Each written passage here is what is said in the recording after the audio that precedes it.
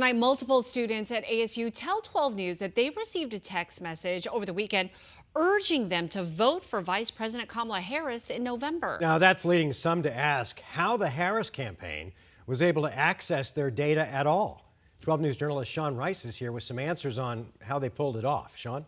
Yeah, Mark and Tram, federal law allows credit card companies, apartment complexes, and even political candidates to buy the personal information of students at public universities just like ASU, U of A, and NAU. Now, some Republicans at the university and at the state capitol are very critical of the use of that data for campaigning.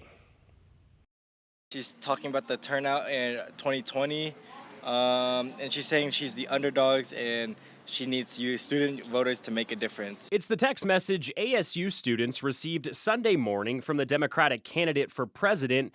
The message says, "Hey Sun Devils, it's Kamala Harris." She urges them to register to vote and says the student vote will make a difference this election. There have been Republicans, independents, and Democrats who have been concerned of how their information was accessed on Sunday morning. Carson Carpenter, the president of Republicans at ASU, says he has concerns over how this data was accessed. We've seen that message from ASU saying credit card companies and other private companies could access this information as well. If that were the case, students would be receiving 200 privatized messages to their phones on a daily basis, and we don't see that as the case. Arizona State University and the Arizona Board of Regents says the contact information for enrolled students is all a matter of public record. Under a federal law called FERPA, information like phone numbers, email addresses, and even mailing addresses are all for sale to political campaigns. It allows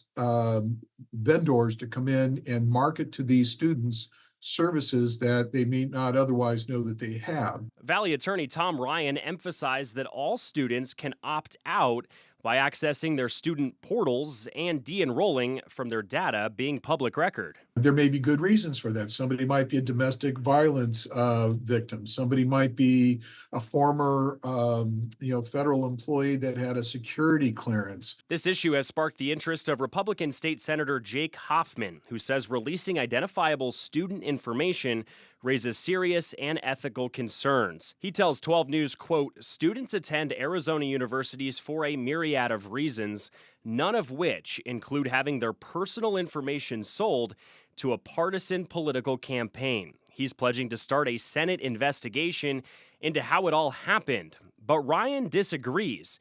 He remains doubtful that Hoffman's investigation will show any laws were broken. Contrary to what Senator Hoffman is saying, it is not illegal, it is not immoral, it is not unethical, it's not improper, it's not even fattening. They just got beat to the punch and he's upset about it. But some ASU students are weary, expressing concern over getting this message in the first place. Getting a text like that is a little bit scary, and then having my information out, it's kind of, definitely worrying.